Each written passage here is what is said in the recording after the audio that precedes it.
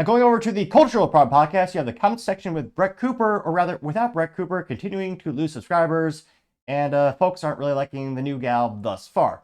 Now, granted, this happened over a week ago, but statistics are still coming in, and yeah, they're starting to lose subscribers, and not a lot of people are liking the new replacement. Controversially, was not just the producer of show for Brett, but is an instance where apparently it was Brett's maid of honor at her wedding, and Brett went ahead and deleted all the photos of her.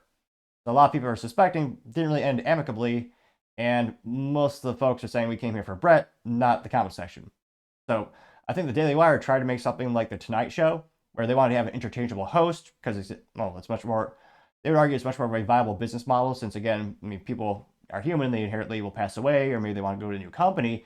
And I understand the business perspective of wanting to do that. Much more difficult, though, as I think they're seeing, because a lot of people grew attached to the individual host of the show and not so much the actual host.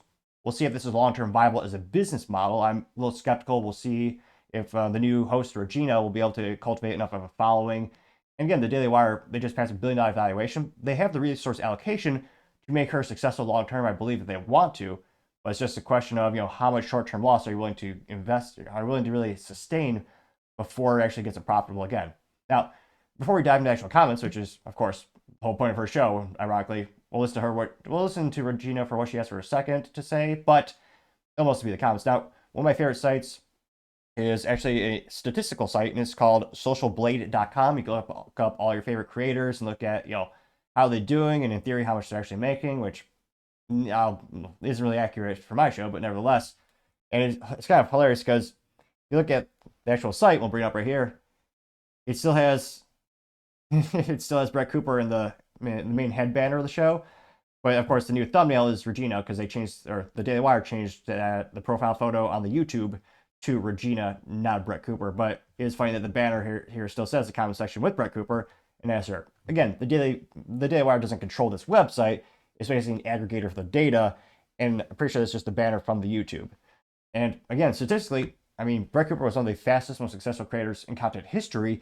And again, this partially because the Daily Wire invested, I would suspect, millions of dollars behind advertising, getting her brand out there and promoting her. They really did build her up. And that's why, I mean, you look at the statistics, prior to her leaving, she's even surpassing Ben Shapiro, which is, statistically speaking, the top talent at the Daily Wire. Now, if you look here, I mean, she's still doing phenomenally. She has a B+ rating. We got, what is this? Estimated earnings of 100. This is actually a comical delta or comical band in terms of, I mean, it's hard to say they're wrong when they give themselves so much room for error. They're estimated the value of her channel is $120,000 to $2.7 million per year in revenue or earnings, which, and yeah, they're probably right. That's pretty much the biggest, gave themselves all the room for error in the world. Now, in terms of how she's doing in the past 30 days, well, they've actually lost 140,000 subscribers. And it's down, well, percentage-wise, it's down 255.6%, which that's not great. Now, again, still subscriber count is 4.34 million subscribers. It's still wildly successful. And still ranked 716th in the country rank. I mean, 8,106 Social Blade score. Not to brag, but I'm about 80,000 rank on the site. But here's where it gets concerning. You look at the video views, those are going down. Again, everyone tuned in for the first thing Regina posted, or the replacement posted. But then the second video, the comments were just as visceral against her, and it just went down precipitously. Like, we're talking 50% drop in views. And here you can see Brett's subscriber count. I mean, you're talking 30, 40, 50,000 new subscribers every month. And then all of a sudden, you see crash. Yeah, 160 subscribers in a couple weeks. That's pretty painful short term for the business. We'll see how long, again, this is sustain that. Now, again, this is the first thing she posted, and it went pretty viral on the X, or as some people call it, the Twitter. And yeah, it looks very unusual to see the comment section hashtag or @ symbol, but it has Regina's profile picture on it. And it's about 10 minutes long. We'll watch the first minute or two, and then we'll dive into the comments, which is perhaps the most appropriate thing to do when analyzing her show, the comments section, which, I mean, A+ for Marketing is a good show title. Oh, here we go. Welcome to a new chapter of the comment section, and I am your new host, Reagan Conrad. Now, Oh, my bad. Reagan, not Regina. Regina sounds cooler, though. What do you think? Welcome to a new chapter of the comment section, and I am your new host, Reagan Conrad. Now, some of you are probably asking, who is this chick? Where is Brett? What is going on? And those are all very valid questions. So before we get into today's episode, I want to just recap a few things with you all. Now, many of you have known me as producer Reagan. I've been working on this show for almost 3 years now. I started with Daily Wire fresh out of college with a journalism degree and a resume full of social media work. And prior to applying here, I was listening to Ben Shapiro and Matt Walsh and Michael Knowles literally every day because they were the voices online echoing my thoughts and my values and my beliefs. So I decided to apply to the Daily Wire. And I got a job and I moved across the country from Pennsylvania to Nashville, and I've been here ever since. Now, funnily enough, my first job at this company was actually posted. You know, the Daily Wire is a $1 billion company, and they can afford to have like 35 cameras on her. If you're just tuning on iTunes or on the Spotify, they're changing the camera angle every 3 seconds. The Facebook videos for this brand new show called The Comment Section. And from there, I fell in love with this show and with this team. And I basically became an associate producer for a time, and then I became the producer. And even recently, you've probably seen me guest hosting on Fridays. So while I may feel like a stranger to most of you watching this video, I've been behind the scenes for years getting to know all of you. Now, over the last few weeks, so the camera angle changed 6 times, or the camera changed 6 times in about 12 seconds. I mean, I guess maybe that's what you need for the youth to get them interested in a video. But they're spending a lot of money on editing or extra cameras throughout the studio. I don't know what kind of setup they have there. But yeah, that's a lot of camera angles being changed. Internet, as we so often cover on the show, has been the internet. And the comment sections have certainly been comment sectioning away. I mean, it's literally part of my job to read your comments, and so I know what's being said. And the one thing that is rightfully concerning many of you is the thought that Brett may have been forced out. I can assure you that that is not the case, and it is simply untrue. I mean, as Brett said herself in her final episode, and I would highly encourage every single one of you who has not yet seen that video to go watch that video and also go watch and support. How many, I mean, they're spending, I don't know, I would love to see the percentage of Daily Wire's budget allocation for cameras. Because, I mean, this is not just, zooming in, but this is multiple camera angles. It's almost comical. We'll do maybe 30 more seconds of this. And love on anything that Brett does coming up in the future, because I know that it will be amazing. It was Brett's decision to leave the show and move on to a new adventure, which she is very excited about, and all of you should be very excited for what's to come. And in saying all of that, it is an enormous honor for me, truly beyond my wildest dreams and anything that I could have ever hoped for, to have been given the honor to carry on this show. I care about this show so much too, and so I am so excited to keep this show moving forward. All that to say that I have learned so much from Brett over these last 3 years. Most profoundly though, she taught me how to be fearless. Brett sat at a desk. I thought she was going to say she taught me everything about hand movements and voice timing. Because again, I've tuned into Brett Cooper before. She's an amazing talent. And it looks like they trained her perfectly to emulate Brett Cooper without being Brett Cooper. I mean, the hand gestures are oddly reminiscent. The camera angles are just as dizzying. And her voice, the tone and the pattern just seem oddly familiar. And it went pretty viral. It got 1.9 million views and 3.7 thousand likes. And again, the big controversy is, well, you're her maid of honor. Now you took her job, and Brett unfollowed you on the Instagram, the Teddygram, whatever the kids call it these days, and even deleted the photos of her, who again was a bridesmaid at her wedding, which, yeah, I don't think you would do unless it ended amicably. Now, going to the comment section, perfectly enough, one of the first ones, rather bombastic, is from Nick Fuentes, saying, quote, "Your bitch, she'll never be Brett Cooper." Got 9.4 thousand likes, which is quite a few to say the least.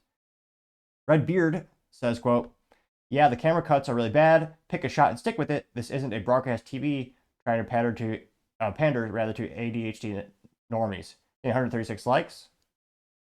Let's see. Poindexter says, "As if the camera bouncing wasn't enough, her fast talking should seal the deal," getting 205 likes, which actually I should unlike that because, I mean, shoot, she probably speaks slower than me. That's probably the number one critique for the show that I get in my comment section, which I always read, and eventually with enough time, I try to get back to every single comment, even if it's not, giving me accolades or critical critique, the better, because that's how you get better and that's how you improve. But yeah, that's something I constantly struggle with. I'm not going to knock her for speaking too fast. That is the number one thing I hear in terms of feedback from my show. And believe it or not, I am actively trying to work on making myself slow down, enunciate more, and speak more articulately and clearly. I even have a theory. When I first started the show, barely anyone tuned in. Well, maybe family members some days. And I had no subscribers, basically. And I spoke even faster back then. But as I slowly but surely gained more subscribers, I've improved my speaking skills. I mean, back then, and even nowadays a little bit, I stumble over my words worse than Joe Biden trying to climb upstairs. But as I slowly but surely gain subscribers, I've become better at speaking. Yes, you might laugh because you're watching this right now thinking, oh my gosh, there's worse. Yes, the bar was actually that quite low. So if you can go ahead and click that button, I'd greatly appreciate it. And someday I'll make it through a whole episode, perhaps speaking perfectly. A pie in the sky dream, some might argue, but a dream nevertheless. So if you click that button, tell your friends, I greatly appreciate it. Tell your enemies too. You never know. You might annoy them so much, maybe get an entertainment out of it, just a poking the bear kind of metaphor, or they turn out to love the content and you become friends. Statistically speaking, that might not be very probable, but at least make for an amusing story, so why not? Now, other comments include Harlan Post saying, quote, my dudes, chill, Brett was great, but let's not stereotypical internet trolls and give this nice young lady a fair chance. Business is business, getting 208 likes, so already getting some contrarian statements. Alex says, quote, it's weird that you sound like her and even have her mannerisms, getting 852 likes. I believe there's also some people, questioning, did she get additional coaching in terms of an acting coach to kind of have her more emulate Brett? Or is that something organically you just kind of emulate your friends and you're around them for a long time? I don't know, but that's another thing people are wondering about. You also have Sarah saying, what happened to Brett Cooper and who is this blonde chick? Getting 38 likes, which, if you just watch the first 2 minutes, you'll know. I don't know if she didn't. Someone by the name of No Goes says, same show, different goy, getting 653 likes. Cassandra says, wow, you're really annoying, getting 165 likes. Going down more and more. Oilent Green says, sorry, but it's not Brett. It's no for me, getting 180 likes. Shay says, they need to change the set around a little bit, getting 33 likes, which, yeah, that was one of the issues in terms of, part of the allure was you thought you were getting an inside view, or you're just kind of selling people to the fact of you're a part of Brett Cooper's life. You're in her house, you're her, what's the opposite of a man cave? A woman cave? Whatever you want to call it. When in fact, it was a production set at the Daily Wire. And to have someone else just take over that set, a lot of people are, it doesn't really feel like it's the same. They should have changed the background a little bit so it's custom to the new gal and maybe shows her hobbies, something like that. Not to brag, but this ain't no fancy studio. This is just my main IT work office. And you can see all the unique, cool stuff in the background behind me. So this, definitely, I was going to say, definitely not a professional studio, obviously, but part of your background is kind of your story, your passions, your ideals, or in my case, business history and, just, cool, fun business stories in general. That's why I have an old Blockbuster sign behind me, Toys R Us.